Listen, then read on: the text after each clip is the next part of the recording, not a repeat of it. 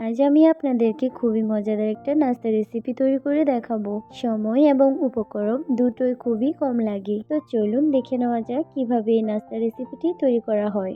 এখানে দেখতেই পেলেন আমি প্রথমে পাউরুটি 2 পিস করে কেটে নিয়েছি। তারপর এগুলাকে একটা ফ্রাই প্যানে আমি ছেঁকে নিচ্ছি। সবগুলো ছেঁকা হয়ে গেলে নামিয়ে নিলাম। এখানে নিয়েছি 3টা পেঁয়াজ, আর সবকটা পেঁয়াজকে কুচো করে নেব।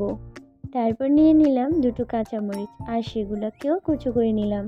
তারপর নিয়ে নিলাম 2 কোষ রসুন, আর সেগুলোকেও কুচো করলাম।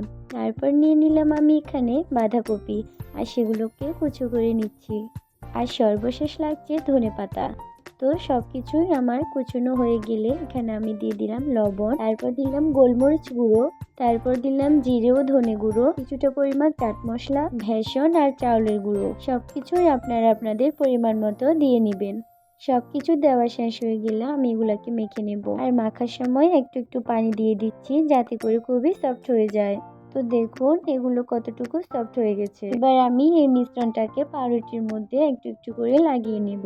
দেখুন আমি কিভাবে লাগিয়ে নিচ্ছি, আপনারা এভাবে লাগিয়ে নেবেন। চারপাশ থেকে এভাবে খুবই ভালো করে আপনারা লাগিয়ে নেবেন।